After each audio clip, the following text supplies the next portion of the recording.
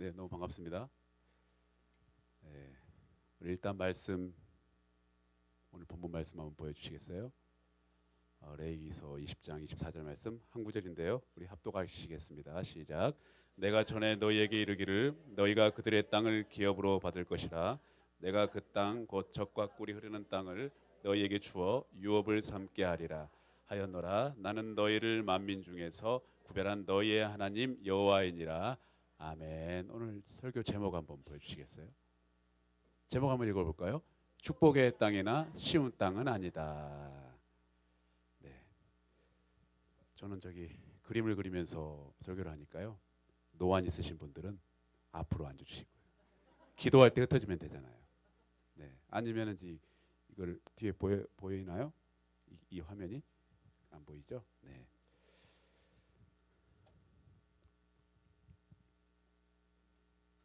보이시나요? 아니 한 5명 정도 오신다고 분명히 제가 들었는데 이렇게 많이 오시면은 어떻게 된 거죠? 네. 다 분명히 5명이라고 말씀하시. 너무 많이 오셨어요. 이 펜이 이 촉이 다 들어갔어요. 예, 겸손해요. 하나 갖다 주세요. 다 들어갔어. 다 써가지고. 저는 마이크보다 펜이 좋아야 설교가 잘 나오는 사람. 네. 한 아이가 태어났어요.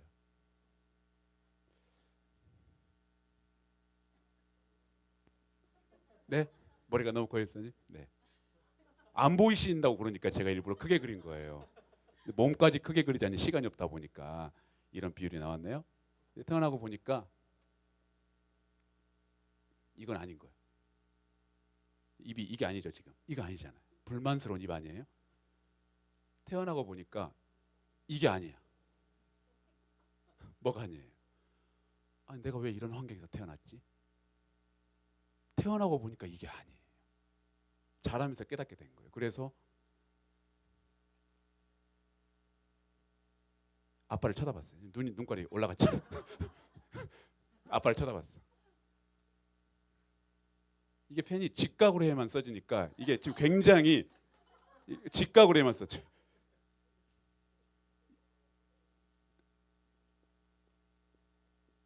아 감사해요 전사님. 요셉 전사님. 다음 주에 고생 좀 하시겠어요? 요셉의 아들이 태어나죠. 다음 주에 요셉의 아들이 태어나죠. 근데 본인 아들 아니에요. 누구 아들인지 몰라. 그게 큰 스트레스예요 인생이. 요셉이 아들을 낳았는데 자기 아들이 아니에요.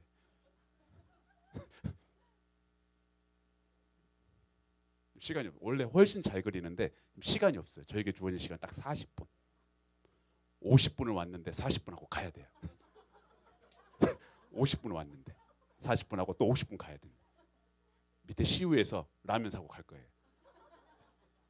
아들 딸이 라면 사오래요. 누구예요? 아빠예요. 아빠. 아이들은 불만 있으면 아빠를 쳐다봐요. 이게 뭐냐고 지금. 나를 왜 이렇게 낳냐고. 이유는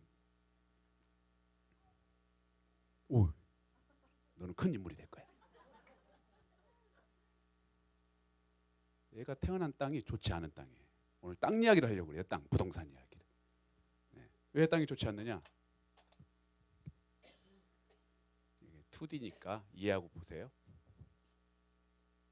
자, 이게 바닷물이에요. 땅이 바닷물 아래에 있는 거예요. 전문 용어로 해수면보다 낮아. 이해하잖아요. 그래서 그렇구나. 그래서 네덜 이게 낮다라는 뜻이에요. 네덜. 아 이렇게 낮아. 네덜. 아 왜 이렇게 낮아? 네덜. 왜 이렇게 땅이 낮아? 네덜랜드. 네덜랜드. 그래서 네덜랜드가 된 거예요. 아 이거는 조크가 아니고 진짜예요. 조크가 아니에요. 네덜란드의 뜻이 낮은 땅이란 뜻이에요. 고유명사예요. 낮은 땅, 합성어예요. 아빠 우리 땅 이렇게 네덜. 왜 나를 네덜랜드에서 낳았어? 왜 바다보다 낮은 땅에서 나를 이렇게 태어나게 한 거야? 네덜란드에서 가장 높은 땅이 해발 322m. 그러니까 네덜란드에서는 등산 가잔 말이 없대. 등산이 뭐야? 아웃도어가 뭐야? 등산이란 말이 없어요. 322m. 그리고 전 국토의 25%가 바닷물보다 낮아요. 전 국토의 25%가. 그런데 1953년 2월 1일에 이 바다에서 해일이 덮친 거예요. 그래서 전 국토의 5분의 1을 덮어버렸어요, 바닷물이. 용케 신호 때문에, 사이렌 신호 때문에 그나마 높은 땅으로 많이 피신해서 사람들이 많이 살았지만 안타깝게도 아마 더 죽었을 거예요. 1853명이 그날 바닷물에 익사했어요. 이 충격적인 네덜란드의 이걸 대해일 사건이라고 그래요. 대해일 사건 때문에 전 국가적으로 델타 프로젝트라고, 우리가 이대로 이 네덜란드를 이대로 놔둬서는 안 되겠다. 델타 프로젝트.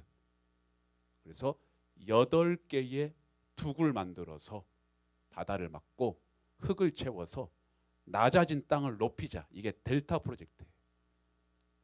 그렇게 해서 수십 년간 진행된 이 델타 프로젝트.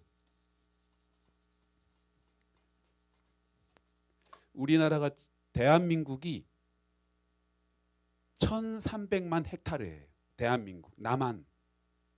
근데 이 사역을 통해서 제가 적어왔어요. 100만 헥타르의 땅을 얻었어요. 이해가 되시나요? 원래 다 바닷물이었어요. 대한민국 땅이 1003만 헥타르예요. 이 델타 프로젝트를 통해서 100만 헥타르의 새로운 땅을 얻은 거예요. 바닷속에 있는 땅을 끄집어낸 거예요. 대한민국 땅에 약 10분의 1 정도를 땅을 만들어 버렸어요. 바닷물을 몰아내서 이긴 거죠. 그리고 좀 높은 땅을 깎아서 메운 거예요. 그래서 지금도 지구상에서 지도가 변하고 있는 나라가 딱 두 나라가 있어요. 네덜란드와 그리고 대한민국이에요. 대한민국도 간척 사업으로 땅을 계속 넓히고 있잖아요. 유일하게 땅덩어리 지도가 변하고 있는 나라가 네덜란드와 대한민국이에요.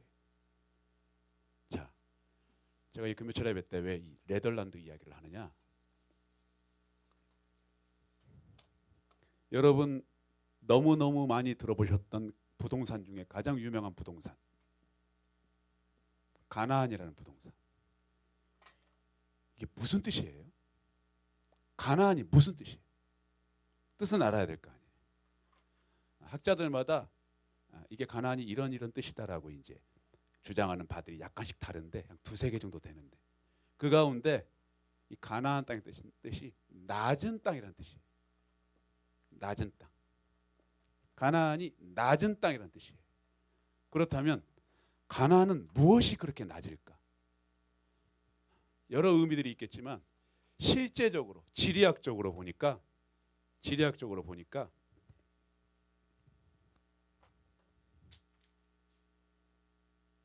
이게 갈릴리 바다예요. 갈릴리 바다는 혈몬산에서 눈이 녹아서 만들어진 바다예요. 호수예요. 눈 녹은 물이에요. 그리고 이 갈릴리 바다에서 여러분 잘 아시겠지만 요단강이 흘러와서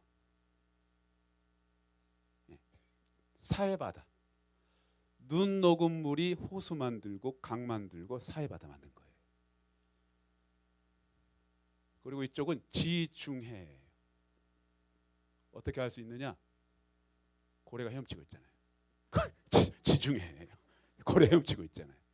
지중해고, 자 이렇게 이게 이제 캐나안 땅이에요. 캐나안, 낮은 땅. 어떤 의미가 있는지 잘 모르겠지만 실제적으로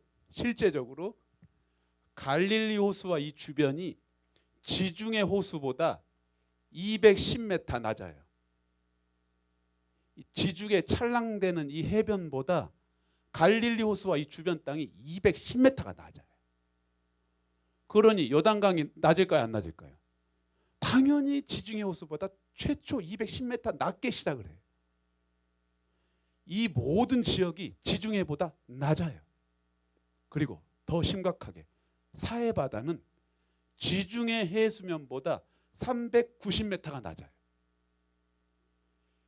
이 땅도 낮은 땅인데 갈수록 땅이 낮아요. 그래서 요단강은 210m 낮은 곳에서 390m 낮은 고도까지 떨어져야 되기 때문에 곳곳에 여러분 요단강에 폭포가 있는데 폭포가 몇 개 있을 것 같아요? 크고 작은 폭포가 27개나 있어요. 너무 낮다 보니까 떨어져야 돼, 물이 자꾸. 즉 27계단을 내려가서 요단강이 사해 바다로 흘러간다는 의미예요. 이것만 봐도 진짜 가나안 낮은 땅이긴 해요. 물론 조금 이제 걸어가다 보면 이쪽에 협곡과 산맥들이 있긴 있는데 그래봐야 별로 높지도 않아요. 자, 이게 우리가 잘 알고 있는 부동산 가나안 땅인데 오늘 레위기 본문 보니까 젖과 꿀이 흐르는 땅을 너희들에게 주겠다. 이스라엘 백성들을 출애굽시켜서 이 땅, 좋은 땅을, 좋은 부동산을 너희들에게 분양시켜 주겠다. 분담금 없이 분양시켜 주겠다. 입주하라. 입주하라. 와서 보니까 가나안. 여러분, 사람은 바다를 보기 전에 이 땅이 낮은 땅인지 몰라요. 근데 젖과 꿀이 흘렀다는 여러 의미들이 있지만 결국 한 단어로 압축하자면 생명이 넘치는 땅이라는 의미거든요. 생명이 넘치는 땅이다. 풍요롭다. 창조적이다. 생산성이 높은 땅이다. 즉 이 젖과 꿀이라는 단어를 듣고 너무너무 흥분하면서 이 땅에 도착해서 봤더니 정말 좋은 것 같아요. 왜냐고요? 이들이 광야를 지나 처음 맞다던 곳이 이쪽 요단강 동편 쪽이었다 보니 강이 흘러가는 걸 무려 40년 만에 본 거예요. 왜냐고요? 40년 동안 광야에서 강을 만나본 적이 없거든요. 물론 1세대들은 나일강을 봤어요. 하지만 1세대들은 광야에서 다 죽었어요. 그러므로 광야의 세대들, 광야 세대는 태어나서 한 번도 강을 본 적이 없어요. 물이 흘러가는 걸 본 적이 없어요.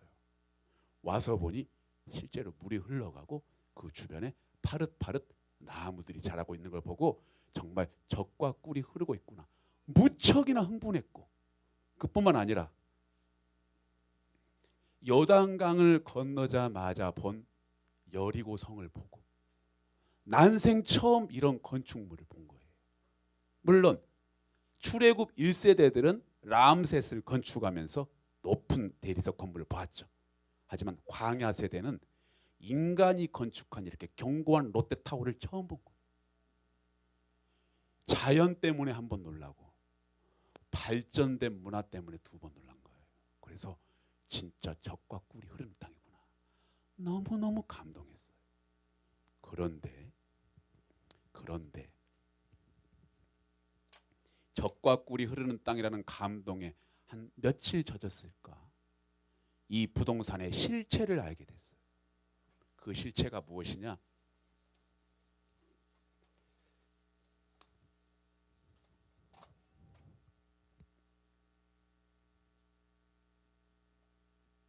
제가 그림을 잘 그리는데 지금 시간이 없다 보니까 시간이 없어서 그래요. 시간이 없어서. 시간이 없어. 사람이에요? 시간이 없어. 와서 보니까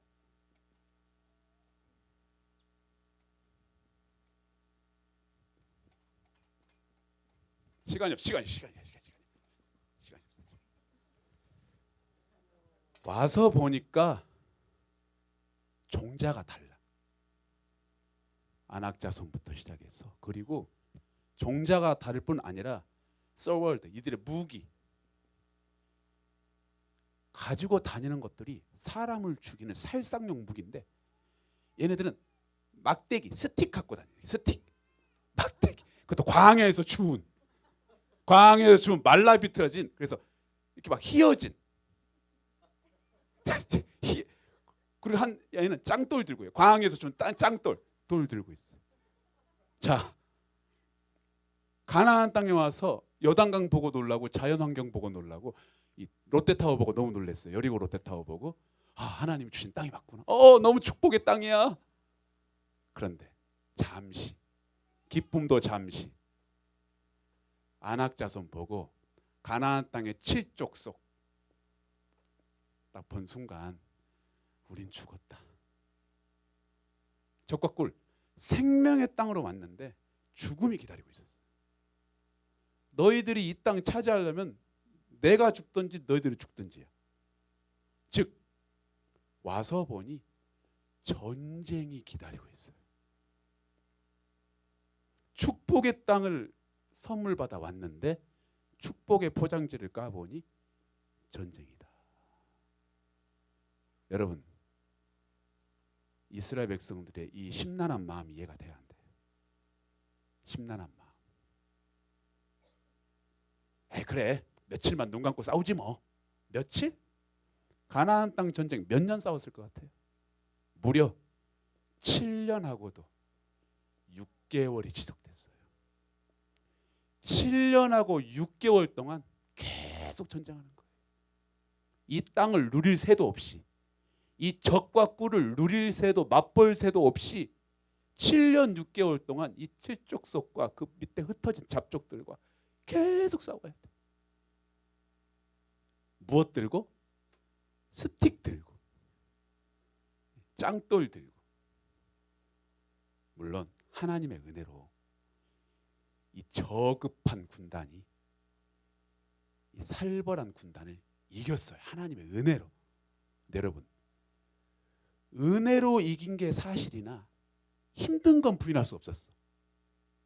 우리가 2024년을 은혜로 살았지만 그래서 행복했어요? 사실 손쉬웠어 삶이? 우리 아들 은혜로 키웠어. 하지만 쉽지 않았고, 은혜로 저 사람 만나서 결혼했지만 인생 쉽지 않았어요. 은혜로 이 사업을 여기까지 유지했지만 몇 번 옥상에서 떨어지고 싶었다 이거지. 그렇죠? 저도 이제 PCIC라고 프레이어 센터 인 더 시티의 약자예요. 왜 기도원이 산에만 있을까? 기도하고 싶을 때 도시 안에 있는 육세권에, 그래야 다음 세서도 와서 기도하고 안전하게 와서 기도할 거 아니에요. 그래서 프레이어 센터 인 더 시티, 도시 안에 있는 기도원을 기도하다가 국리에서 만든 단체가 BCIC예요. 은혜로 1년을 제가 보냈거든요. 은혜로, 진짜 은혜로. 분명히 하나님께서 적과 꿀이 흐른대. 이거 하면 너 BCIC 하면 적과 꿀이 흘러버린대. 그래서 흥분된 나머지 왔는데 이 칠족석이 있고, 하지만 은혜로 여기까지 왔는데요. 제 얼굴을 보세요. 행복해 보여, 힘들어 보여? 약간 약간 힘들어 보이지 않아요? 아니, 힘들어요. 왜 아니라고 그래요? 예수님이 십자가에 달려있을 때 활짝 웃고 돌아가셨어요? 힘든 채로 돌아가셨어요. 예수님도 34년 은혜로 사셨지만 힘드셨어요. 은혜로 살았다고 해서 힘든 것마저 부정이 될 수가 없어요. 은혜로 살았으나 외로웠고 괴로웠고 부끄러웠고 스트레스 받았고 아팠고 처참했고 비참했어요. 7년 6개월 동안 전사자도 나왔어요. 즉 전사자가 나왔다는 것은 이들의 아내와 자녀들이 아빠의 죽음을, 적과 꿀이 흐르는 생명의 땅에서 죽음을 경험했다 이거예요. 차라리 내가 죽어버리면 나. 슬퍼 안 해도 되잖아요. 근데 내 아빠가 죽었어요. 내 남편이 죽었어요. 어디에서? 적과 꿀이 흐르는 생명의 땅에서. 그 선물 포장지 뜯다가 내 남편과 아버지가 죽었다 이거예요. 생명의 땅에서 죽음을 경험했어요. 몇몇 가정들은. 자, 전쟁을 치렀어요. 이걸 통해서 좀 이따 제가 여러분들 삶 속에 적용을 시킬 텐데, 자, 일단 전쟁을 치렀고요. 자, 전쟁이 끝났습니다. 전쟁이 끝났어요. 자, 이제 드디어 이 선물을 모두에게 공평하게 나눠 가지게 하면 돼요. 다시 한번 지도를 그려야 돼요. 그러니까 제가 이제 제안을 하나 하는데, 전자칠판 하나 사세요. 제가 어떤 교회 갔더니 30만 원짜리 전자칠판 이만한데 너무 좋더라고요. 쓰고 누르면 지워지고 쓰고 누르면 지워지고 쓰고 누르면 지워지고. 저를 위해서 하나 사세요. 그래야 제가 다음에 또 와서 우리 강도영 목사님 또 급한 사역이 있을 때 제가 몰래 와서 사역하고 도망가죠. 30만 원이면 돼요. 중고 당근으로 사세요. 절대 새거 사지 마세요. 그 사업이 전자칠판 사업이 망해가지고 절대 새거 사지 마세요. 당근으로 사세요. 학교에서 매물 엄청 많이 나와요.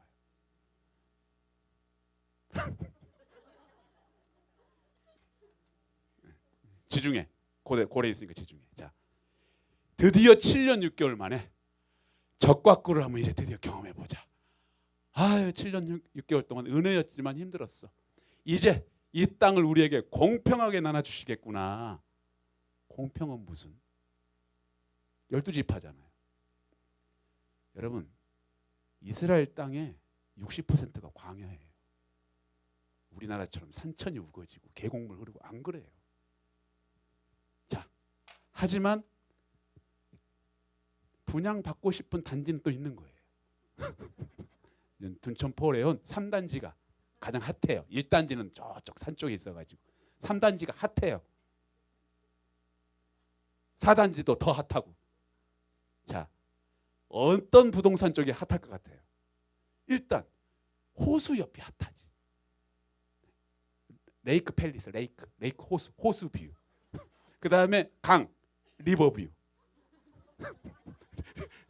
사해 바다, 오션 뷰. 레이크 뷰, 리버 뷰, 오션 뷰. 그러니까 이쪽 주변에 사는 게 적과 꿀이 흐르는 거예요. 하지만 이 오션 뷰는 좀 안 좋아요. 죽은 바다라. 광야 같은 가나안 땅, 1년에 딱 2번 비가 내리는 가나안 땅에서 물가 주변에 분양받는 게 최고의 은혜예요. 그러면 사해바다도 사실 탈락이에요. 결국 레이크 뷰, 그리고 무슨 뷰? 리버 뷰. 이쪽 근방의 땅을 분배받으면 좋은데 지금 12족속이라 이 말이에요. 누구한테 이 땅을 주겠어요? 그래서 제비 뽑은 거예요. 제비를 뽑았더니 어떤 일이 벌어지느냐? 무슨 공평은 공평. 우리 하나님 불공평. 하지만 제비 뽑았기 때문에 할 말은 없어. 제가 보니까 둔촌포레온 3단지 14층에 분양받은 자. 갈릴리 호수의 서쪽을 품은 납달리. 당첨. 납달리. 그리고 이 요단강 그리고 이 갈릴리의 동쪽을 보면 므낫세. 아빠 제비 잘 뽑았어. 그다음에 리버뷰 갓지파. 역시 갓이야. 갓지파. 이거 다 설명하기 힘드니까. 자, 그런데 아셀 바닷가 옆에다 모래사장에다가 아빠 왜 그렇게 제비 못 뽑아? 아빠는 한 번도 당첨된 적이 없어. 그 다음에 단지파. 이 뭐야 이게? 이게 뭐예요? 더 기분 나쁜 건 시므온 지파. 왜냐하면 이 밑에 이 사해바다 밑으로 광야예요. 남방 광야라고. 시므온은 이 광야를 40년 동안 겪고 나서 와서 배당받은 땅이 광야야. 광야. 사막 뷰. 물이 없어요. 사막 뷰. 차라리 광야는 40년 동안 산책이라도 했지. 얘네들은 여기서 눌러 앉아야 돼. LH. 죽을 때까지 살아야 돼.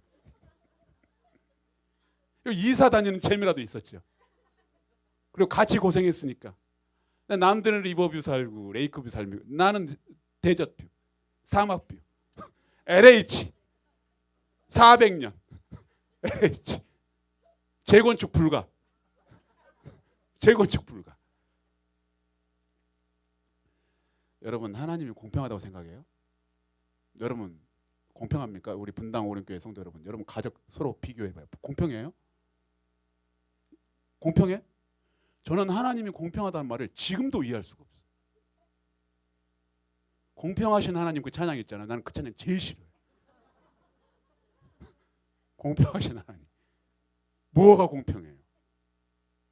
절대 공평하지 않아요. 근데 그 공평이라는 단어 헬라어를 보니까 그 뜻이 아니더라고요. 공정하다는 뜻이더라고. 공정하다. 공평이 아니고 똑같이 평등하게 나눠준다가 아니라 나는 공정하다. 즉 내가 너희들에게 공식을 몇 가지 줄 텐데 공식대로 살면 복받아 다. 출발점은 다 다를 수 있지만 공식대로 살면 돼. 즉 시므온 지파가 광야 땅을 배분받았으나 이 땅에서 여호와 하나님을 숭배하고 모시고 기도하고 엎드리고 고아 나그네를 돌보는 그 공식대로 살면 이 땅이 복받을 것이고 적과 꿀이 흐를 것이고, 반대로 갈릴리 바다 서쪽을 품었다고 기고만장한 납달리가 하나님을 부인하고 바알과 아세라를 섬기고 고아 가부를 돌보지 않고 씨 뿌리지 않고 피 흘리지 않았다면 갈릴리 바다를 품었다 할지라도 이 땅은 젖과 꿀이 흐르는 땅이 아니라 피가 흐르는 땅이 될 거예요. 하나님은 공정하시지 공평하지 않습니다. 그래서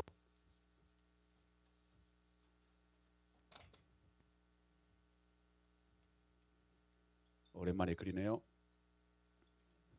아줌마의 상징 파마 진주 목걸이.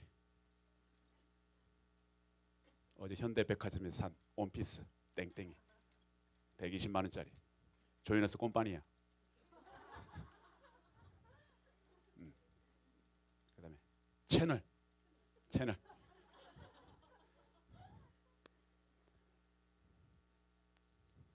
태어나고 보니까 하나님이 외모도 주시고 좋은 가정 주시고, 그리고 어쩌다 보니까 좋은 남편 만나가지고. 어떤 좋은 남편 기준이 뭐예요? 돈 많이 버는데 멍청해. 좋은 남편. 그렇죠. 돈 많이 버는데 멍청해. 바보야. 돈을 많이 버는데 바보예요. 얼마나 하나님께서 많이 부어주셨어요.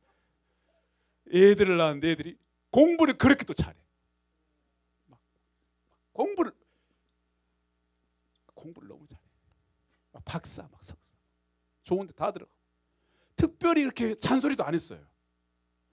애들이 공부를 너무 잘해. 남편은 돈을 너무 많이 벌어. 시댁은 또 3대째 신앙의 집안이에요. 기도도 많이 해주시고. 여러분, 이런 땅을 분배받은 채로 태어난 분도 계시고, 반대로 네덜란드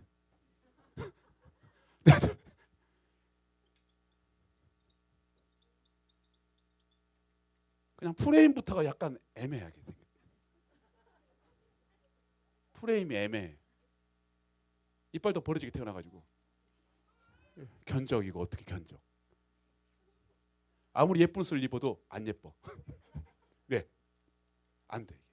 채널 들고 다니면 가짜라고 사람들이 손가락 가짜라고 이렇게 가짜 손가락질 당하고, 여기는 숭배받고 여기는 손가락질 당하고.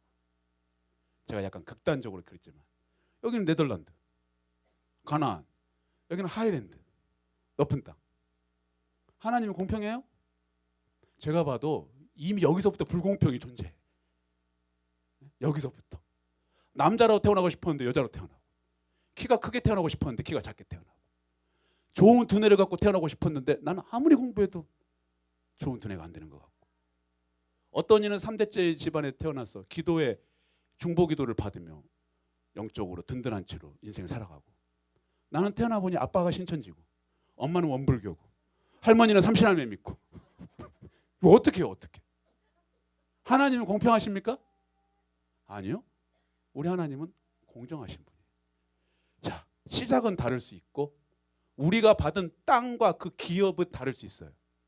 근데 두 사람에게 하나님이 공식을 알려줍니다.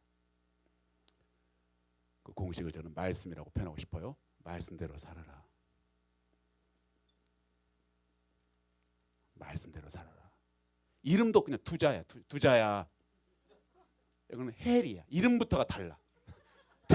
태어나 보니까 엄마가 미국 유학파라 헬이라고 지어주고, 태어나 보니까 그냥 두자라고. 왜? 그만두자. 야, 얼굴 보니까 야, 그만두자. 여보 우리 그만두자. 그래서 이름이 두야. 최두자.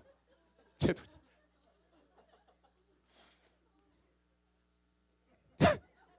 그만두자. 여기는 박해리. 이름을 박해리. 영어 이름도 있어. 영어 이름. 글로리아. 영어 글로리아. 영어 이름 있어. 영어 이름 랜덤. 랜덤이 태어난 게. 무슨 두자? 그만두자. 여러분, 누가 두자로 태어나고 싶었어요? 누가 두자로 태어나고 싶었어? 누가 아셀 땅, 그 지중해 해변 땅, 누가 이 남방 광야, 시므온 땅을 누가 받고 싶냐고요? 다 해리처럼 태어나고 싶죠. 해리의 자녀처럼 자녀를 낳고 싶죠. 해리의 남편과 같은 배우자를 만나고 싶죠. 누가 그만두자처럼 살고 싶어요? 네, 하나님께서 공정하십니다. 두 사람에게 똑같은 거리로 찾아와요. 똑같은 뜨거움과 똑같은 감동을 가지고 찾아와요. 노예에게도 찾아가고 주인에게도 찾아가고, 이방인에게도 찾아가고 유대인에게도 찾아가고, 높은 자에게도 찾아가고 낮은 자에게도 찾아가고. 혜리야, 말씀대로 살아야 된다. 내가 너에게 준 이 기업에서 말씀대로 살아야 된다. 두자야, 말씀대로 살아야 된다. 너 네 삶이 많이 힘들고 고통스럽지. 주변 둘러보니까 네가 더 작아지고 낮아지는 거 부끄럽지. 너의 자녀 이야기하고 것조차도 부끄럽지. 두자야, 그러나 이 말씀 붙들어라. 그리고 젖과 꿀이 흐르는 것을 네가 만들어. 혜리야, 너 지금 젖과 꿀이 흐르는 것 같지? 내가 너에게 주고자 하는 것은 현재 이 눈에 보이는 젖과 꿀이 아니고 영적인 젖과 꿀이야. 그걸 너희 자녀들에게까지 맛보게 하고 싶거든. 너 현재 너의 이 찬란한 지경에 눈 감지 말고, 영혼 내려놓지 말고 최선을 다해 말씀으로 치열하게 살아. 네가 가지고 있는 것에 만족하지 말고 영적인 갈급함을 가지고 치열하게 살아라. 그래야 너의 땅이 진정한 젖과 꿀이 흐르는 천국이 되고 생명의 땅이 된다. 이렇게 공정하게 하나님이 혜리 씨에게도 찾아가고 두자 씨에게도 찾아가고, 분당 오른교회 성도님들의 삶도 똑같아요. 하나님께서 그렇게 여러분들이 1년 동안 찾아오셨을 거예요. 그래서 이스라엘 백성 12백성들에게 땅을 모두 다 분배한 이후에 여호수아가 모아놓고 율법에 대해서 강론하고 설교한 거예요. 그리고 나서 다 흩어뜨렸어요. 그리고 이걸 계속 강조하기 위해서 레위 족속만, 여러분, 레위 족속은 땅도 분배를 못 받았어요. 레위 족속은 아예 땅 자체를 못 받았어요. 그래서 세입자로 살게 만들어요. 6군데 도피성을 정해놓고 그 지역에 그냥 세입자로 살아. 이유는 하나님이 레위 족속을 6군데로 흩어버린 이유는 너희들이 그 지역 지파들을 가르치고 그들을 위해 기도하고 중보해 하고 레위 지파 제사장들은 다 흩어버렸어요. 여러분, 물론 그 집 제사장이 현재 목사는 아니지만 하나님께서 이 대한민국 땅에 어느 곳에나 교회가 있게 만들었고 어느 곳에나 목사가 있게 만들어요. 물론 제사장이 목사 자체는 아니지만, 즉 대한민국 땅에서 내가 교회를 가고 싶고 목사님과 상담하고 싶으면, 목사의 설교를 듣고 싶으면 어디든 다 있어요. 네덜란드 낮은 곳에도 교회가 세워져 있고 목회자가 있으며 높은 곳에도 목회자가 있고 교회가 있어요. 하나님이 이렇게 공정해. 자, 그래서 이 말씀을 가지고 이제 살아내야 되는데, 여러분,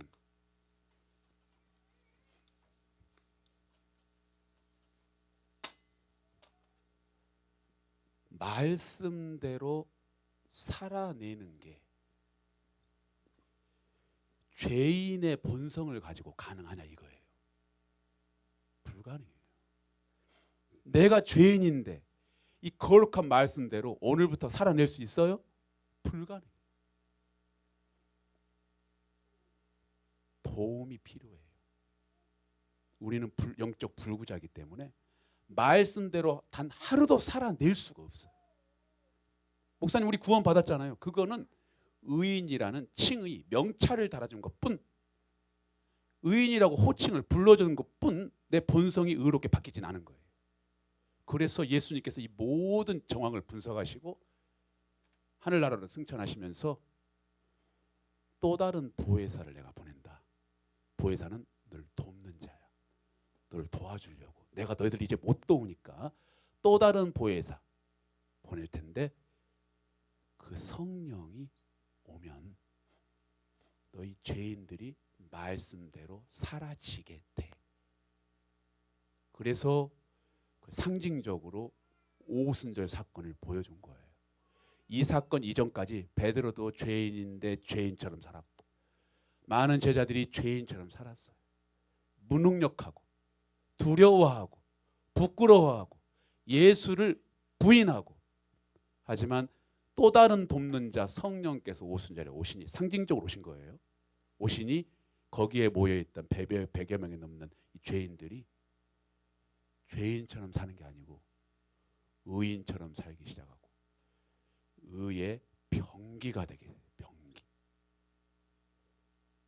그러므로 말씀대로 한번 살아봅시다. 이런 구호와 각오는 다 쓸데없는 짓이에요. 말씀대로 살아내기 위해 성령의 도움을 구합시다가 맞아요. 돕는 자 없이 죄인이 말씀대로 살 수 있다고요? 못 살아요. 성령께서 오셔야 내가 말씀대로 살 수 있고, 그래야 현재 내 이 기업과 지경이 아무리 못난 땅이라 할지라도 나로 인하여 젖과 꿀이 흐르게 돼 있어요. 나로 인하여 환경이 바뀐다 이 말이에요. 그렇다면 이 나를 돕기 위해 오신 이 성령, 너무 만나고 싶고 어떻게 만나야 되나 고민하고 있잖아요. 지금 성령을 만나고 이 성령의 충만함을 받는 방법을 성경에서 딱 한 가지 방법밖에 안 가르쳐줬어요. 방법이 많지가 않아요. only one. 기도하는 거예요. 기도. 여러 방법이 있을 텐데 왜 기도라는 방법 외에는 성령의 충만을 경험할 수 없을까요? 기도 자체라는 단어에 너무 집중하지 마세요. 이 본질적으로 기도가 뭔지를 알아야 돼요. 기도는 결국 쌍방의 대화를 의미하는 거예요. 쌍방의 대화란 소통을 의미하는 거예요. 소통이란 결국 인격과 인격이 만나는 걸 의미해요. 즉 성령은 어떤 기운이나 에너지가 아니기 때문에, 인격이기 때문에 그를 불러주고 그분을 환영하고 그분을 존대하고 그분의 눈치를 보고, 이런 인격과 인격의 만남이 소통이고, 그게 궁극적으로 기도라는 거예요. 말을 걸어주고 불러드리고 그분의 음성을 들으려고 노력하고 한번 침묵해보고, 아 그렇게 생각하십니까? 저랑 뜻이 맞지 않는데 한번 그렇게 해보겠습니다. 하지만 잘 안 돼요. 도와주세요. 이 인격과 인격이 친해지려면 어떤 방법이 필요할까요?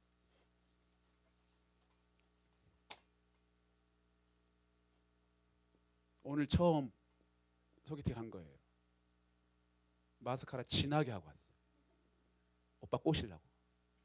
립스틱 짙게 발랐어요. 버건디 레드로. 분당 오니까 제일 잘생긴 청년 나왔어요. 머리 세웠어요. 무스 바르고. 아빠 양복 입고 왔어요. 자, 인격과 인격이 만났어요.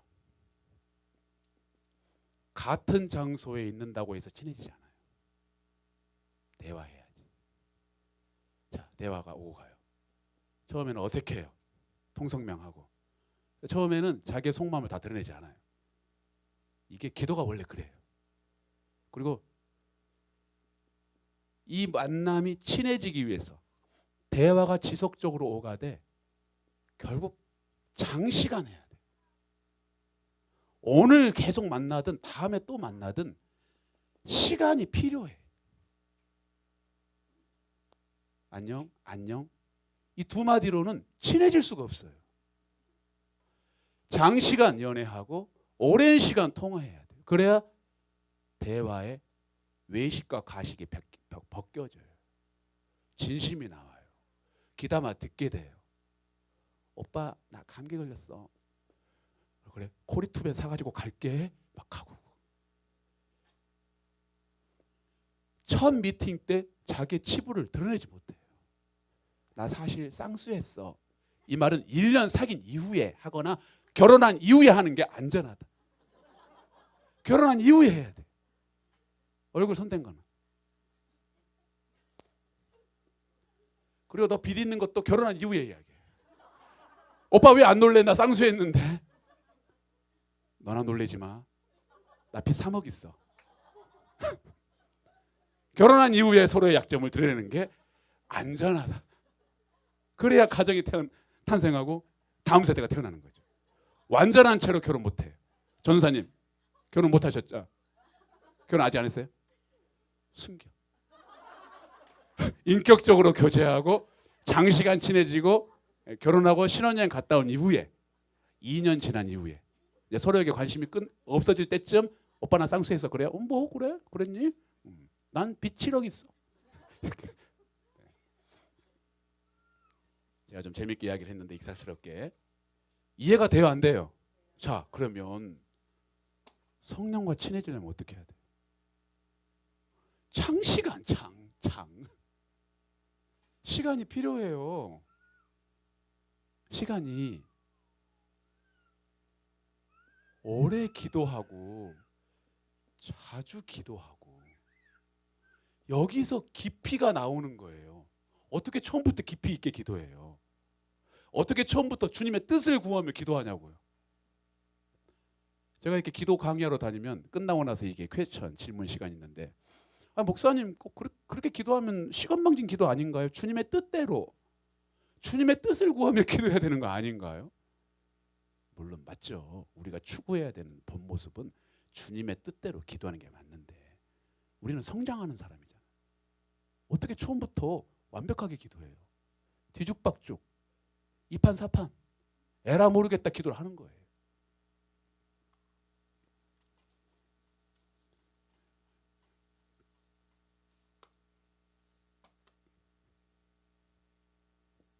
오래 기도, 자주 기도, 그리고 더 중요한 게 하나 있어요. 우선 기도예요. 인격이 나를 어떻게 대하는지 다 알아요. 그러니까 나를 우선으로 대하는지, 오빠가 내가 1순위인지 자동차가 1순위인지 다 알아요. 미수가 내가 너를 사랑하는데 내 차 안에서는 과자 먹지 마. 그러면 미숙이는 내가 2순위구나. 내가 2순위야. 그러니까 내가 만약에 여기서 과자를 먹고 흘려버리면 헤어지는 거구나.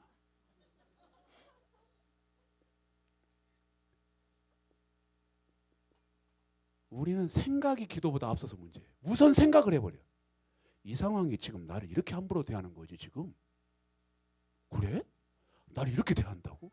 기분 나빠.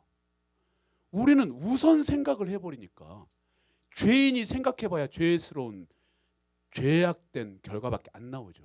기분 나빠. 나 안 해. 안 나가. 그만둬. 우선 기도 그리고 생각은 성령님께 도움을 구해요. 내가 이런 생각이 나는데 성령님 내 생각 좀 정리해 주세요. 성령께서 그런 생각하지 마라. 이해하는데 이렇게 생각해라. 선한 결과 나오는 거죠. 돕는 자가 도와줘야 선한 결과가 나와요. 우선 기도, 오래 기도, 자주 기도.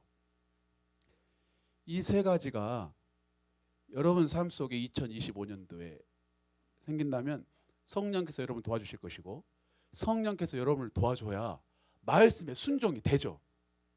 말씀에 순종이 돼야 젖과 꿀을 경험하죠. 젖과 꿀을 흐르는 땅으로 내가 만들어 놔야 나의 다음 세대와 내 주변 식구들이 그곳에서 하나님을 경험할 거 아닙니까? 이게 하나님의 나라의 사이클이에요. 그런데 이걸 사탄 마귀도 알기 때문에 이 사이클에 대하여 무지하게 만들어요. 예수 믿고 천국 가면 되지. 뭘 그런 복잡하게 배워. 그리고 너의 인권이 중요한 거야. 너 교회에서 그런 말 듣고 너 기분이 좋니?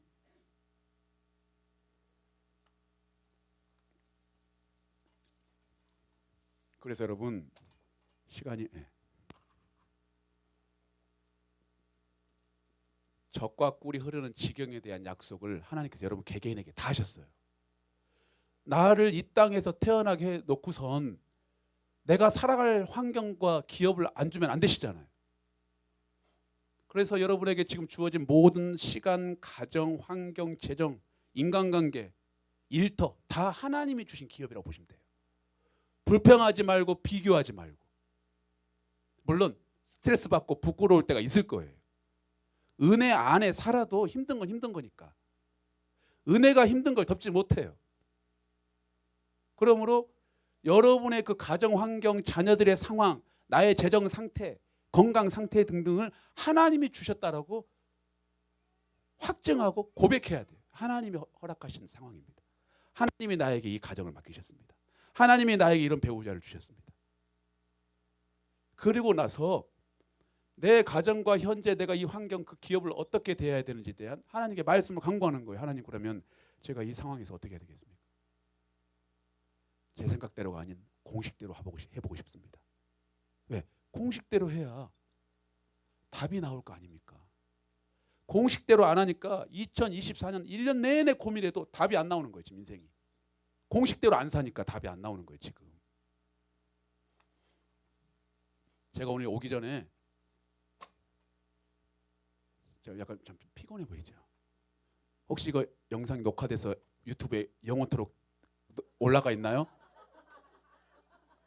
아니 왜냐하면 안 올라가면 그분 실명을 거론하고 올라가면 실명은 거론하지 않고 이야기하려고요.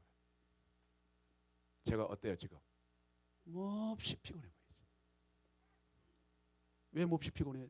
오기 전에 전화를 1시간 40분 하고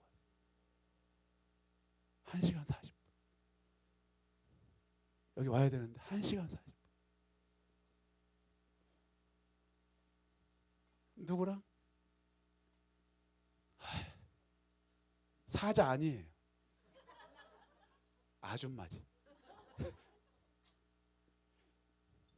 제가 다시 말해서 제가 정리하자면 제가 목사님 이 말만 하고 마칠게요. 그러니까 제가 1시간 40분 동안 하고 그러니까 목사님 정리하자면 제가 목사님 이해하셨어요? 그러니까 제가 1시간 40분 듣고 왔어요. 물론 이제 이분 가정에 심각한 문제가 있기 때문에 저한테 통화를 했겠죠.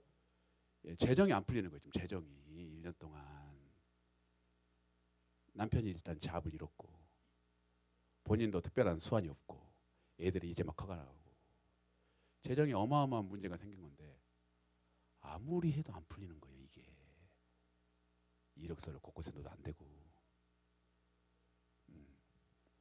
그래서 제가 이제 이분에게 1시간 40분을 이제 듣고 말을 해야 되는데 말을 못하게 만드는 거예요. 너무 촘촘해. 언어가 접속사도 없고 부사도 없고 마침표도 없고 쉼표도 없고 들어가야 되는데 너무 촘촘하네. 너무 촘촘해서 그 대화에 끼일 수가 없는 거예요. 여러분 기도가 그렇게 촘촘하면 안 돼요. 성령께서 하실 말씀이 있는데 아침부터 저녁까지 주시옵 해버리면 성령이 언제 이야기해요. 저는 기도를 강의하는 목사니까 그리고 이거밖에 없더라고. 집사님 기도해야 돼요. 그러면서 제가 몇 가지 기도의 방법 알려줬는데 다 해봤대. 기도해봤어요. 안 해봤겠네요. 기도를 안 해봤겠니. 저는 이제 기도를 MRI로 딱 보는 사람이거든요. 그래서 질문을 통해서 그럼 당신이 기도를 어떻게 하는지 질문하다 보면 이 사람이 기도를 어떻게 하는지 대충 느껴져요. 기도에 대한 상담을 많이 들어봐가지고 들어보니까 기도가 약간 B급이에요.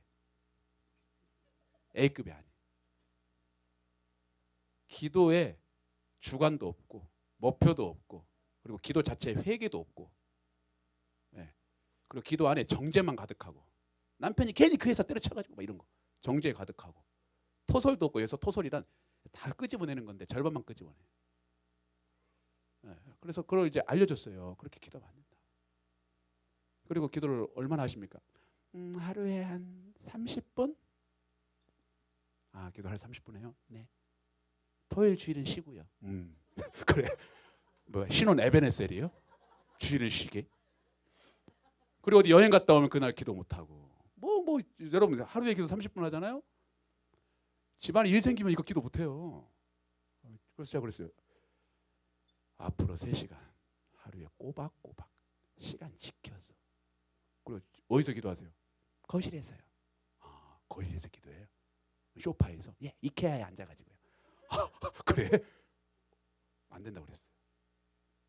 이런 위태로운 상황 속에서는 하나님이 구별된 걸 보시는데 구별됐다는 게 뭐 깨끗하고 좋은 장소가 아니라 인간은요 영과 육이 있기 때문에 영을 구별하고 마음을 구별하라 그러면 육체도 구별되게 돼 있어요.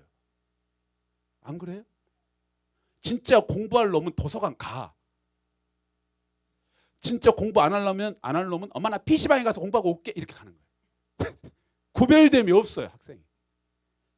구별된 학생들은 장소도 공부하는 장소가 따로 있고 시간도 딱 정확해. 똑같아요 기도도. 구별된 기도가 있거든요. 그러면 시간을 딱 미리 떼놔 이렇게.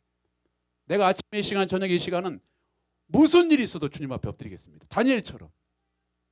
그리고 하나님 제가 교회에 가까운 집 앞 가까운 이 교회에서 제가 기도가 잘 나오는 곳에서 기도를 한번 해보겠습니다. 시간과 마음과 공간에 대한 이 골방이 필요한데 그런 건 전무하고 기도가 되면 하고 안 되면 안 하고 이런 모습으로는 성령과 친밀해질 수가 없으며 성령과 친밀해지지 않으니 성령께서 도울 수가 없고 카운셀링을 해줄 수가 없고 성령의 카운셀링을 듣지 못하니 기도하고 나서 자기 생각대로 살아버리니 이게 해결이 되겠어요?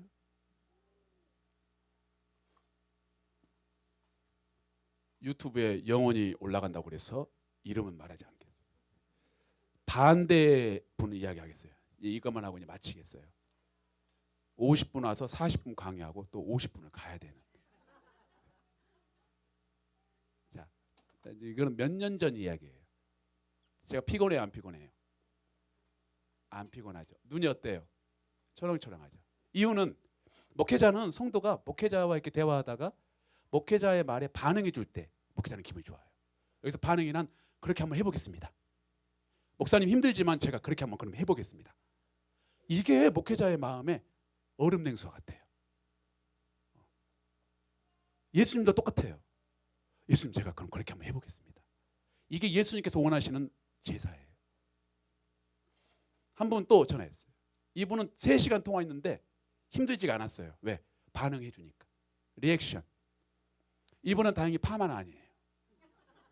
5대5 가르마를 타고 오셨어요. 여자라는 걸 보여주기 위해서 핀 하나 찔러주고요. 네. 문신을 반반 해가지고 한쪽 눈썹이 아직 짧아요.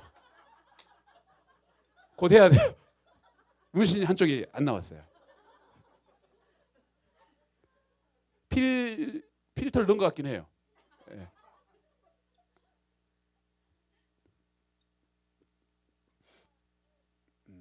제가 그 여러분께 지금 이야기하는 모든 이런 이야기들은 실화야, 실화. 과장 일도 없어요. 이분도 재정이 어려워요. 제가 계속 재정에 대한 이야기를 하는 이유는 요새 대한민국이 재정 때문에 어려운 성도들이 너무너무 많아요. 여러분 돈이라는 게요 막 터부시하고 에이 그런 이야기 하면 안 돼 이렇게 하면 안 돼요. 성경에 예수님의 이야기 중에 60%가 돈 얘기예요. 재정은 진짜 영적인 거예요. 그리고 예수님께서 가장 라이벌로 생각했던 신은 만문신이에요. 두 신 중에 누구 섬길래? 라이벌로 생각할 정도로 이 물질에 관련돼 있어서 우리가 자꾸 나누고 솔직하게 이야기하고 그 부분에 대하여 거룩하게 공식을 대해서 재정에 적각꿀이 흐르게 만들어야 될 거 아니에요. 많은 돈을 모으자는 게 아니에요. 많은 돈을 모으는 게 적각꿀이 아니에요. 돈이 재구실을 하고 흘러가면 그게 적각꿀이 흐르는 거예요. 자, 이분도 재정이 힘들어요. 남편이 2년 전에 다니던 회사에서 이렇게 낙마 잘렸고요. 본인도 잡이 없고, 그리고 부모님이 물려주신 유일한 부동산 하나가 있는데 그게 풀려야 다 해결되는데 부동산이 안 팔려요. 안 팔려. 이분과 통화를 했어요. 기도하는 마음으로. 왜? 제가 이게 답을 드려야 될 거 아니에요. 이분의 기분 나쁘지 않게. 아무리 어떤 방법을 써도 재정이 안 풀린대요. 그래서 제가 입을 열었어요.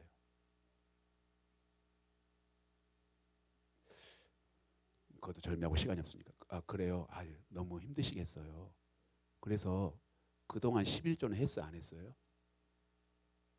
시간이 없으니까 제가 그냥 스트라이크를 던진 거예요. 유인구 안 던지고. 그랬더니 이분이 굉장히 난처해하면서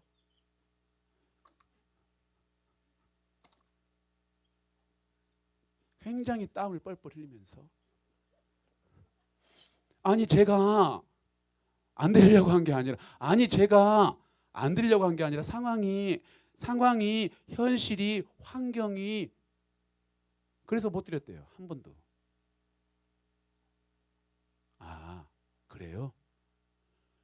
이분은 하루에 기도도 3시간 이상 했던 분이에요. 근데 재정이 안 풀려요. 안 풀려.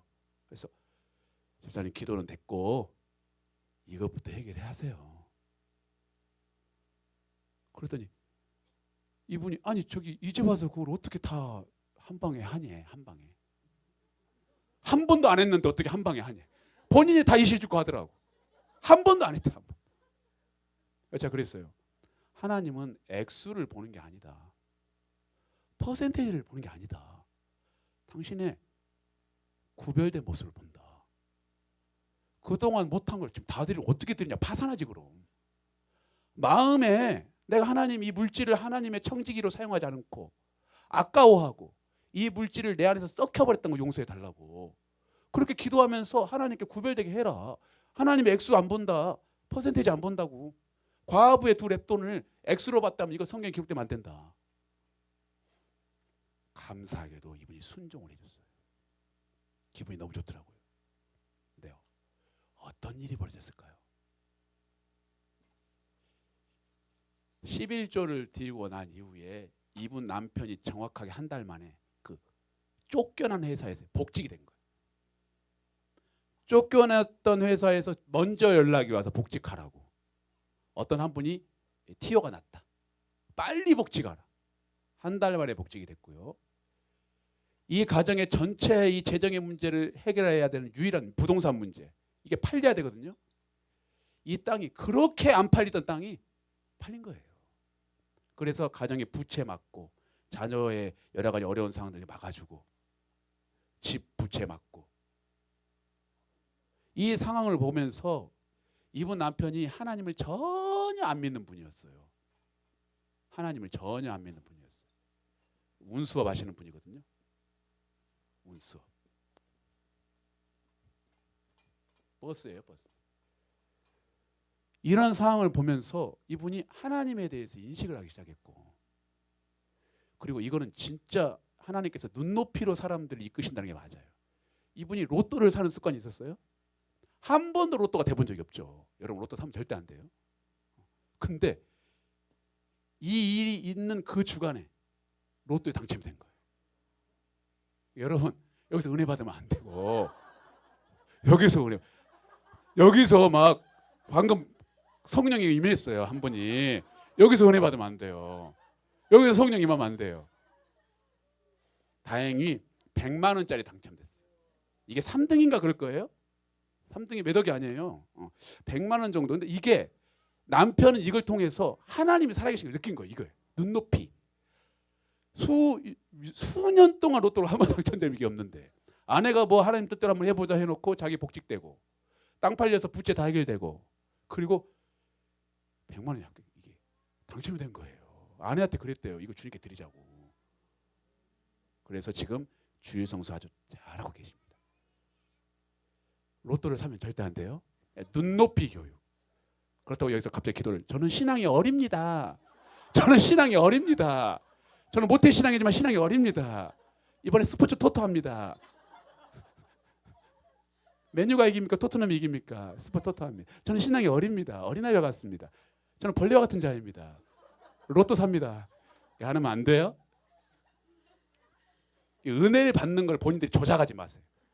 나는 여기서 은혜 받아야지. 그걸 조작하면 안 돼요. 여러분, 공식대로 하고 싶잖아요. 근데 그렇게 안 돼요. 인간이기 때문에. 돕는 자가 필요해요. 공부가 안 되면 과외 선생님의 도움이 필요하고, 운동이 안 되면 PT 선생님의 도움이 필요하잖아요. 그것처럼 우리는 돕는 자, 성령님의 도움이 필요해요. 베드로는 정확히 알았어요. 성령의 충만을 받아야 살 수 있다고. 그러려면 우선 기도, 또 오래 기도, 또 자주 기도, 이것만 하면 여기서 깊이 기도는 자동으로 나오는 거예요. 여기서 주의 뜻이 발견되는 거지 어떻게 처음부터 주의 뜻대로 기도해요? 이 세 가지가 여러분 삶 속에 2025년도에 임해서 오래 풀리지 않았던 내 땅에 대한 해석, 왜 하나님이 주신 복이라는데 왜 내 땅은 이렇게 황량한가, 왜 이렇게 차가운가, 왜 이렇게 풀리지 않는가에 대한 성령의 음성을 들으시고 2025년도에는 그것에 대한 답을 찾고, 답이라는 게 사명도 답이에요. 네가 견뎌, 이게 답이라고요. 해결되는 것만 답이 아니라 사명도 답이에요. 그게 너의 십자가야. 그럼 그 답을 얻으면 순종하는 거예요. 왜냐고요? 그 십자가를 통하여 또 적과 꿀이 흘러나오니까. 말씀에 순종하는 자, 기도한 이후에 말씀에 순종하는 자의 모든 땅에 적과 꿀이 흘러버려요. 이거 방송에 유튜브에 오랫동안 올라가나요? 저희 집안 이야기 하나만 하고 마칠 거예요. 왜냐하면 50분 왔는데 40분하고 관련이 너무 허망하고, 강 목사님도 저를 좋아해 주시니까 이거 저희 집안 이야기예요. 저희 집안 이야기 한번 하고 저는 물러갈게요. 저희 장인어른이 사업을 접고 택시 운전을 했어요. 수년 동안.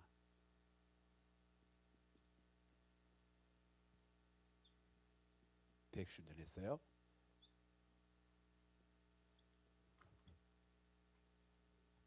잘 그려요, 집사님. 저 잘 그리는데 지금 시간이 없어가지고, 이게 사실 3시간짜리 강의인데 40분만 하고 가라니. 이게 지금 잘 그려요.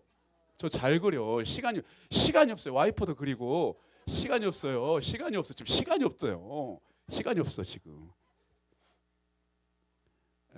제가 결혼할 때 우리 장인어른은 교회를 안 다니셨어요.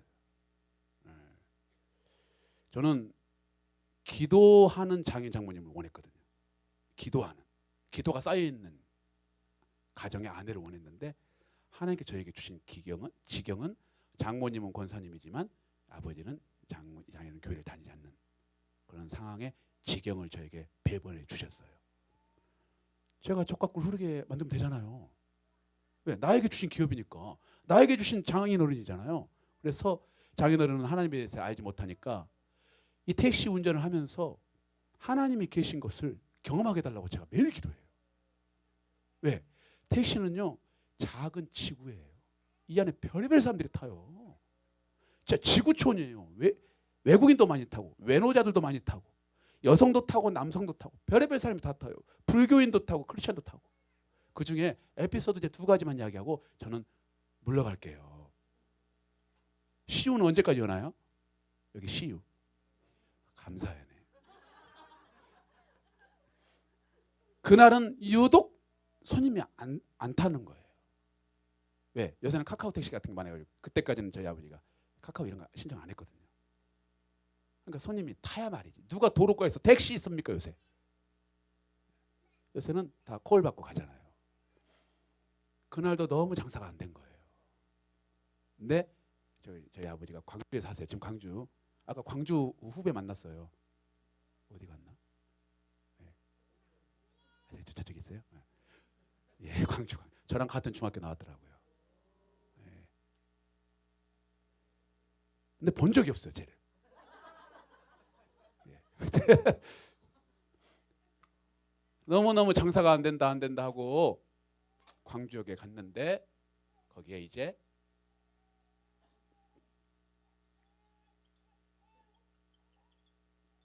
선글라스를 낀 한 여인이 탄 거예요. 뒤에 딱 들어보니까 서울 말을 쓰네. 서울에서 오셨어요. 서울에서 오셨어요. 그리고 이제 한참 가고 있어요. 어디로 가보실까요? 네, 예, 알겠습니다 하고 이제 가고 있었는데 이분이 크리스찬이었어요. 전도하는 거예요.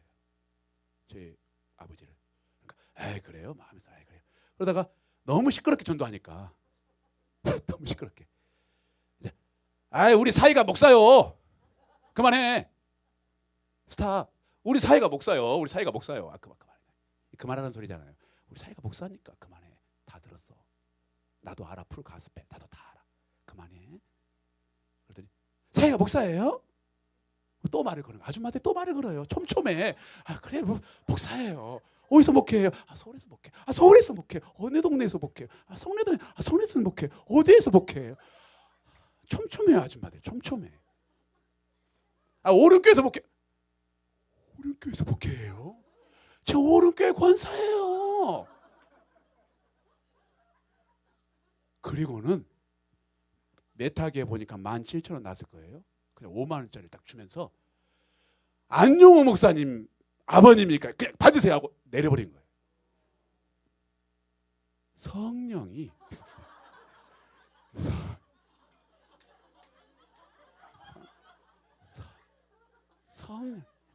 말할 수 없는 성령의 은혜가 머리끝부터 발끝까지 훑고 지나가 버리니까. 물론 이 한 번으로 하나님 살아계심을 온전히 깨달을 수 없지만 결국 말씀에 들어가야 되거든. 얼마나 이게 놀라웠던지 막 전화를 했어요. 자기 딸한테. 자기 딸이 누구예요? 제 아내잖아요. 저한테도 이야기하고 이런 일이 세상에 있다고. 그러면서 저희 아버지가 이제 주일 성수하기를 원했어요. 아니 이분 말고 제가. 근데 여러분 택시는 가, 나, 다가 있어요. 요즘 택시는 안 그러지만 뒤에 가, 나, 다 써 있어요. 이게 택시는 3부제예요. 가는 첫 번째 날 쉬고 그 다음 2번 일하고, 나는 2번째 날 쉬고 앞뒤로 쉬고. 그러니까 이틀 일하고 하루 쉬고 이틀 일하고 하루 쉬고를 세 가나다 팀이 돌아가면서 하는 거예요. 왜? 택시가 워낙 많으니까 서로 분배를 하는 거예요. 경쟁을 좀 완화시키는 거예요. 이 3부제가 대한민국의 택시 조합이 생긴 이후로 수십 년간 한 번도 깨지지 않았어요. 이것 때문에 주일이 불규칙해요. 그렇죠. 월요일날 쉬고 화수일하고 목요일날 쉬고 금토일하고 이게 불규칙해서 주일 성수할 수가 없는 거예요. 이걸 깨기 위한 기도를 제가 작년에 했어요. 작년에 저희 아내랑 단일 기도했대.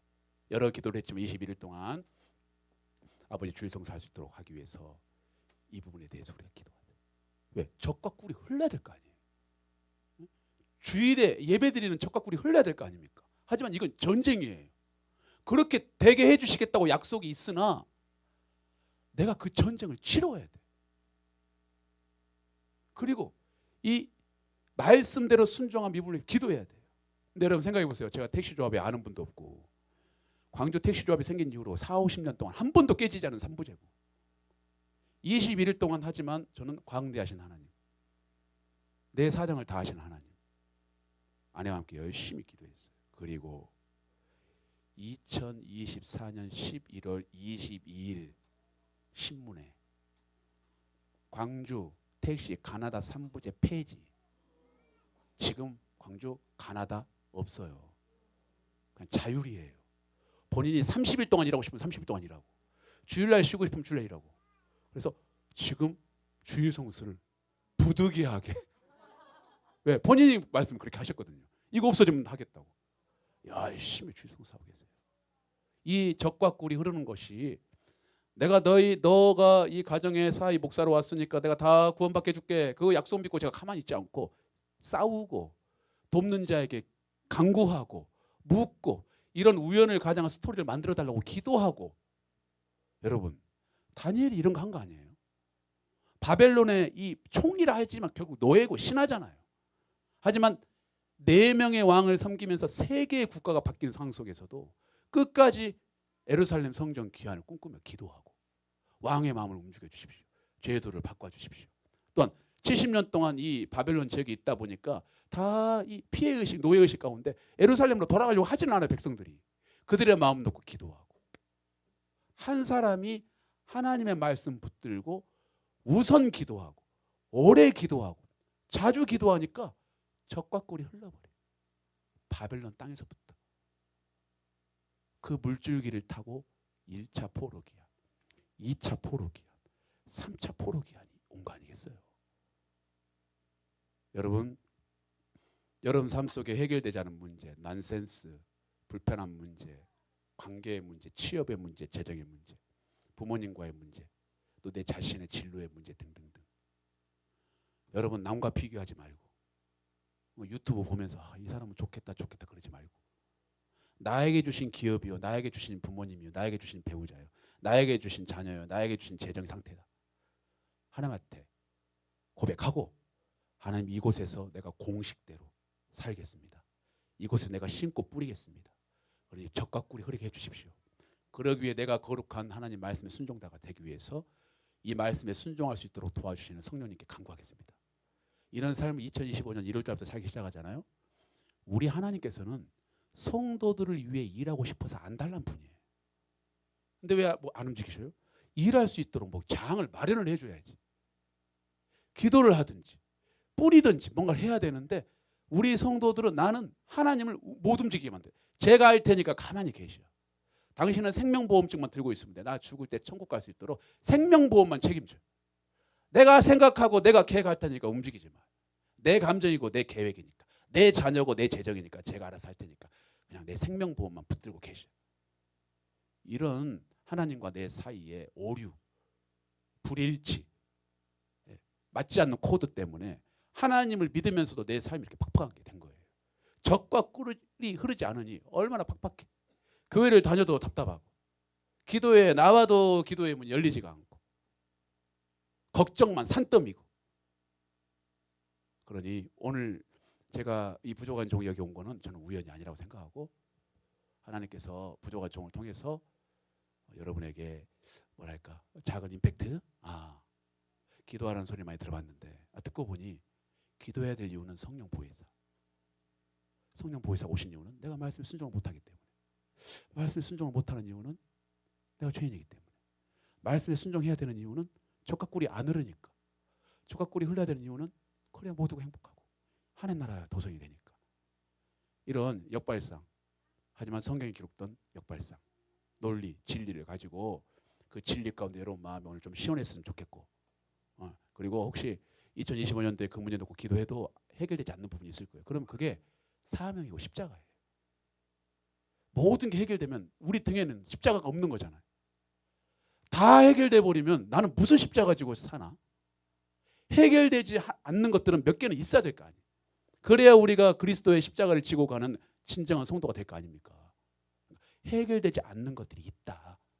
그걸 내가 힘으로 극복하게 해달라고 기도하고, 평생 내가 이걸 포기하지 않고 짊어지고 갈 수 있도록 기쁨과, 그리고 기쁨과 담대함 달라고. 해결될 문제와 짊어져야 될 문제를 성령께서 다 알려주셔요. 그렇게 해서 분당원리교회 성도님들이 우선 기도하고 오래 기도하고 자주 기도하는 2025년도가 되어서 내년에 혹여나 또 제가 이렇게 급하게 파송되었을 때 여러분의 얼굴이 다 피어있고 행복해하고 즐거워하고 서로가 서로를 위하고, 또 여러분들께서 강 목사님 말씀에 반응해주는 모두가 행복한, 정말 분당 지역에서 유일하게 적과 꿀이 흐르는 이 공간이 되었으면 좋겠습니다. 우리 한 가지 기도할 텐데 반주 한번 해주시고요. 불을 꺼주시고 제가 기도하고 나서 우리 담임 목사님 나오셔서 기도회를 계속 인도해 주시겠습니다. 자, 이렇게 기도하고 하기를 원합니다. 여러분, 모든 만남의 우연은 결코 없습니다. 이 귀한 금요 철야 예배 시간에 부족한 안영호 목사가 여기 서 있는 거 저는 우연이 아니라고 생각합니다. 또 이렇게 추운데도 이렇게 많이 오셨어요. 우연이 아닙니다. 여러분이 지금 이 자리에 있는 거 우연 아닙니다. 오늘 메시지도 하나님이 여러분 사랑해서 공정하기 때문에 다가오신 거예요. 이 메시지를 들고. 하지만 우리 하나님 육신이 없기 때문에 육신이 있는 주의 종을 쓰는 것 뿐이에요. 오늘 어떤 하나님의 음성을 들었습니까? 이 강의 중에 놓치지 마세요. 들려주시지 않아서 우리가 망하는 게 아니라 내가 놓쳐서 망하는 거예요. 심령에 새기세요. 그리고 2024년 아무리 발버둥 쳐도 해결되지 않았던 것, 우리가 기도함으로 성령의 음성 듣고 해석받고 해결받고, 또 너는 그게 사명이다라고 듣고 2025년 여러분의 지경이 적과 꿀이 흘렀으면 좋겠어요. 분명히 영적 전쟁이 있을 거고 또 말씀에 대해 순종해야 되는 답답함과 결단이 필요할 텐데, 그 고통 힘들고 어렵지만 그 고통을 이겨내야, 그 아픔을 이겨내야, 그 땀과 눈물을 흘려야 적과 꿀이 흐르게 되어 있습니다. 여러분이 그렇게 만들어놔야 내 가족들, 내 친구들, 내 동역자들이 그 적과 꿀의 은혜를 누리지 않겠습니까? 그래서 시간 이렇게 기도해. 하나님, 오늘 저를 위해서 말씀을 들려주심에 감사합니다. 이 말씀으로 마음이 시원해졌습니다. 하지만 시원해지는 것으로 내가 만족하지 않고 오늘 내용을 내 신비에 새겨서 내가 우선 기도하고 오래 기도하고 자주 기도하는 진정한 기도자로 세워질 수 있도록 도와달라고, 시간 우리 주의 이름 한번 부르고 합심으로 기도합니다. 주여!